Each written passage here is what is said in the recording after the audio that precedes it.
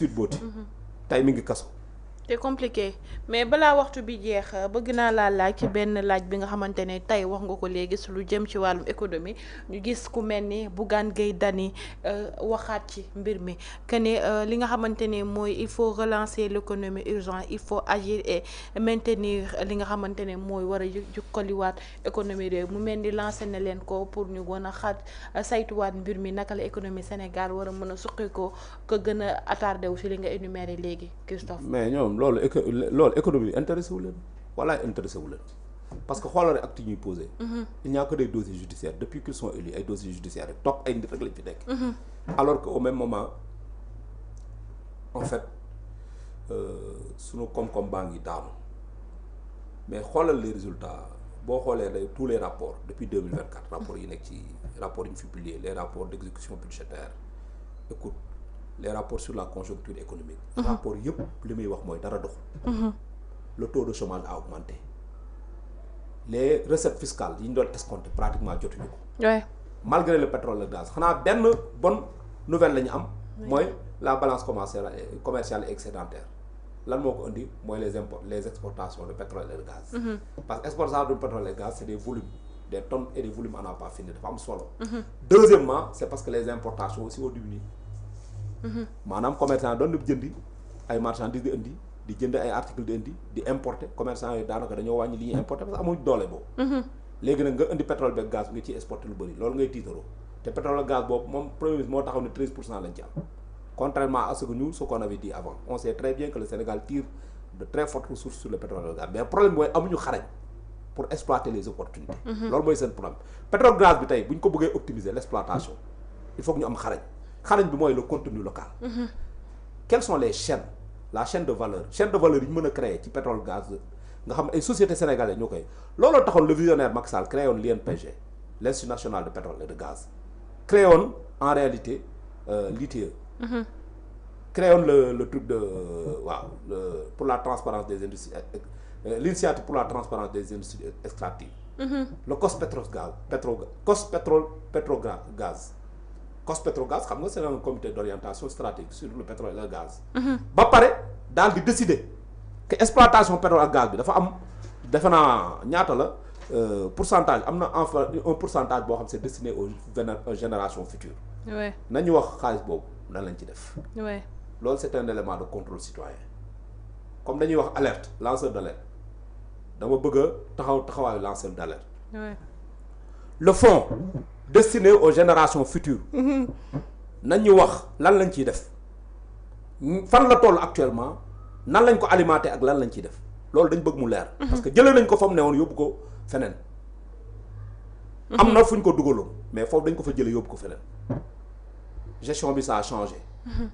ñi ko doon gérer bu njëkk dindi nañ ko seen loxo jox ko jeneen ñu koy gérer lan lañ ci nar a def fonds boobu fan la toll ak fan lañ koy dugal ak xaalis boobu ni ñu koy dépenser parce que.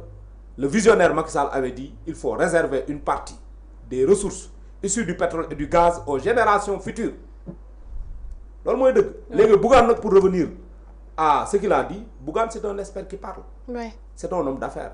Il connaît les affaires. mën na liggéey mais na la wax daan ñi ko teg tey Bougane na wax sénégalais li muy daj ci entreprise am Sen TV.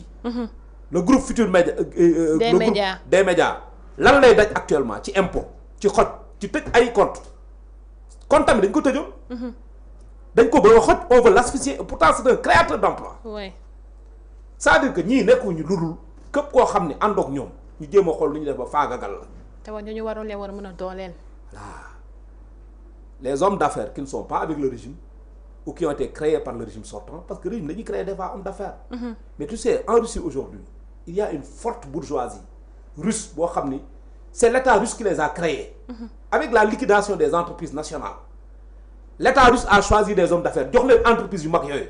nga xam ne état moo ko moomoon avec la libéralisation puisque Russie bu ñu nekkoon c'était la collectivisation des moyens de production la collectivisation des moyens de production moo waraloon état russe dafa amoon ay sociétés yoo xam moo ko doon gérer mais quand ils sont entrés dans l'économie de marché nekk dans la libéralisation ils ont créé ce qu'ils appellent les apparatchiks de grandes personnalités yoo xam ce sont de grands hommes d'affaires ñu jox leen sociétés yooyu ñu koy gérer ils ont créé des hommes d'affaires. Senghor a voulu créer des hommes d'affaires avec le compte K2 administré par le ministre Babacar Ba malheureusement beaucoup de gens n'ont pas remboursé mais la majeure partie des grands transporteurs yi ngay gis Sénégal tey Senghor moo leen créé. Abdou Diouf avait créé ce qu'on appelle le fonds de promotion économique pour renforcer, n'est-ce pas, les hommes d'affaires et les porteurs de projets. Écoute, Wade a créé des projets. C'était pour créer des hommes d'affaires. Les Cheikh Amar, tous ces gens-là, c'est Abdoulaye Wade pratiquement qui les a créés. Il a créé des hommes d'affaires. Mais Macky en a créé aussi. Mais tous les hommes d'affaires créés par Macky, qui constituent un patrimoine national, parce que li ñuy liggéey askan wi moo ci am njëriñ comme bi ñuy indi ci réew mi askan wi moo koy jëriñoo ay nitu Sénégal lañu fay jël ñoo fay liggéey ñoo fay am salaire. Tous ces hommes d'affaires là, tous ces leaders, tous ces champions, Pastef est en train de les liquider un à un. Avec ces mesures-là. Tous ces gens-là, Bougane sax defe naa il a émergé sous l'ère, n'est-ce pas, Ablaye Wade. Waxum ne Ablaye moo ko financé, mais au moins il a créé le cadre. Pour que Bougane mën a créer société. Def quand même du chiffre. Mën a créer de la richesse. Mais écoutez, quand on prend des gens qui sont capables de créer de la richesse, tu les mets en prison, ñeneen ñi nga leen di pourchasser, ñeneen ñi daw. Il y a le cas de l'autre là, Ecotra, Ablaye Sylla. Ablaye Sylla dafa sumeeku dugg ci arène politique bi xeex ci législative pour am mandat député. Xam nga lan moo ko waral, il veut protéger sa société. Parce que ñu ngi koy bëgg a rey amel ko xaalis di ko jéebaane teg ci fayuñu ko. Et pour des prestations déjà faites, la presse sénégalaise, les éditeurs de presse, est-ce que xam nga ne éditeurs de presse yi prestation yi ñu defaloon état Sénégal yi convention yi ñu signé fayuñu leen ñu ci bëri. Loolu fan lañ ko teg ah yéen ci ngeen bokk mais yéen a ngi liggéey ba pare. Vous avez fait votre part du contrat, vous avez assumé votre part du contrat, prestation la woon c'est un contrat de prestation, vous avez fait la prestation. Mais au nom de quoi duñu leen fay seen xaalis bi ngeen signé ci convention yi. ba léegi mais donc un état pareil dama leen du dem li fi ne nii. mooy ñii jóguñu pour liggéey xam nga luñ jóg toroxal doomu aadama gàkkal deru nit toroxal ay gor yàq liggéeyukaayu nit fàtt nit ñi xoj entreprise de presse yi xoj les hommes d'affaires sénégalais yi nga xam ils étaient brillants.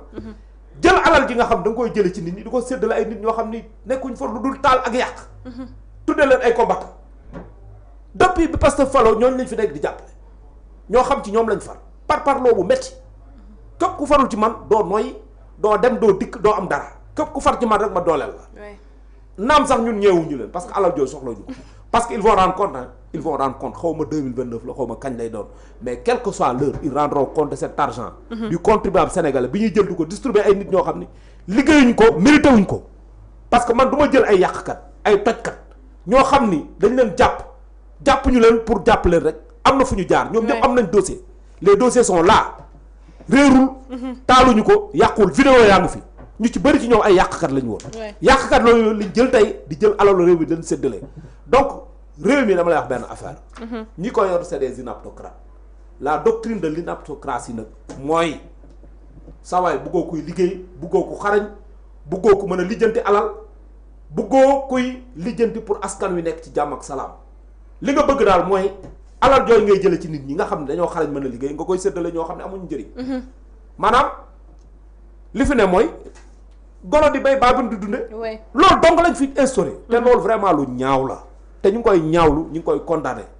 gis nga Bougane ànd nañoo ci wax boobu mais li ñu koy wax mooy leen na aar quand même son outil de production na aar entreprise bi na aar ay liggéeykatam te lépp lu mu warloo ak ay liggéeykatam na ko def parce que gars ñi dañoo saay-saay te dañoo kàccoor te dañoo sew gis nga benn jëfe-jëfe moom ak ay liggéeykatam loolu syndicalisme mooy wax dañ koy jéem a exploiter pour def ko problème pour mën a jaar ci prox ndol boobu pour néewal ko doole parce que jéemoon nañ ko fi tu te rappelles très bien naan liggéeykatu Bougane yi ñiy liggéey ci organe de presse Bougane am na ñoo xam ne ñoo am problème ay arrêt de salaire fayu ñu leen ba bëgg a yëngal affaire boobu yëkkati gars yi coow loolu daa ba na mu tàkkee noonu la fay c'est pour dire lu dëgg du yàgg nañ bàyyi yàq der ak waxu kasaw quoi vraiment nous sommes solidaires à tous les hommes d'affaires nous sommes solidaires à la presse asphyxiée que l'État Pastef est en train de vouloir vraiment